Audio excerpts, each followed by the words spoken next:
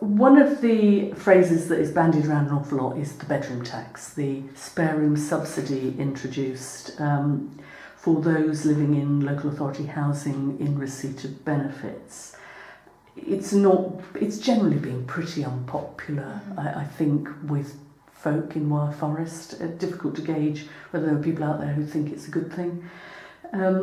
But unpopular as it is, what would the Green Party's attitude be towards it? Okay, my personal opinion and that of the Green Party is that we'd scrap the bedroom tax. I'll call it that because I think that's what people do tend to call it.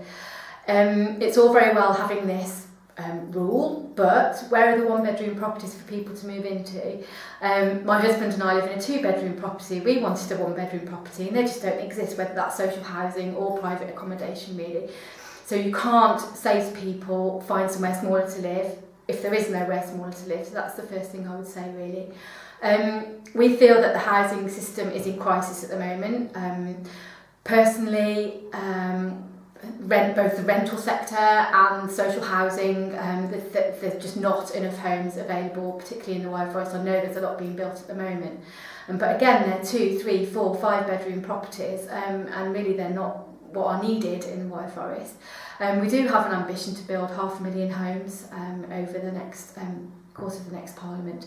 But also we need to start looking at private rentals and making sure that there's some security for those people that can't afford to buy their own home in the private rental market as well. So we'd be looking at a minimum term of a 3-year rental contract, and also having a landlord's register so that people can be more tightly monitored about what they're charging for properties so that people can afford them. And the Green Party has focused on rent rather than purchase a bit in discussions, hasn't it? Are we obsessed with home ownership in this country?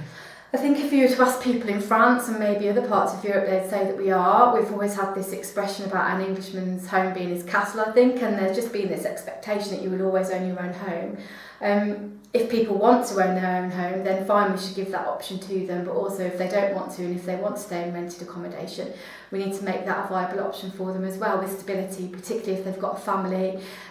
It's certainly no good if you're on a 6-month tenancy with a young family that are going to school nearby to not know if you've got the security to stay there over the next 2 or 3 years.